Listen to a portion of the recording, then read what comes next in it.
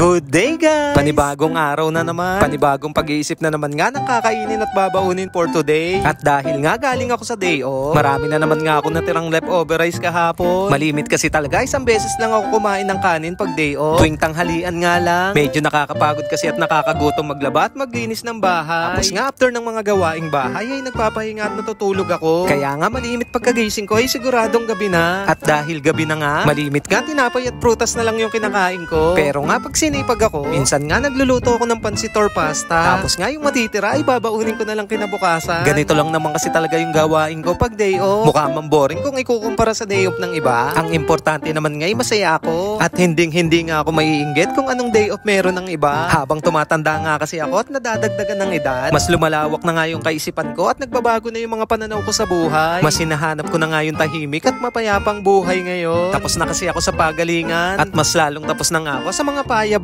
Hindi na nga rin ako mapagpatol ngayon. Tapos syempre, hindi na nga ako gumagante sa mga taong gumagawa sa akin ng masama. Napag-isip-isip ko nga kasi na mag-aaksaya nga lang ako ng panahon pag pinaglaanan ko pa sila ng oras. Basta nga ako, ilalaan ko na nga lang yung mga oras ko sa mga bagay na makakapagpasaya sa akin. Tulad nga ng pagluluto at pagkain. Kain na po tayo. Thank you for watching. Have a nice day and God bless you all.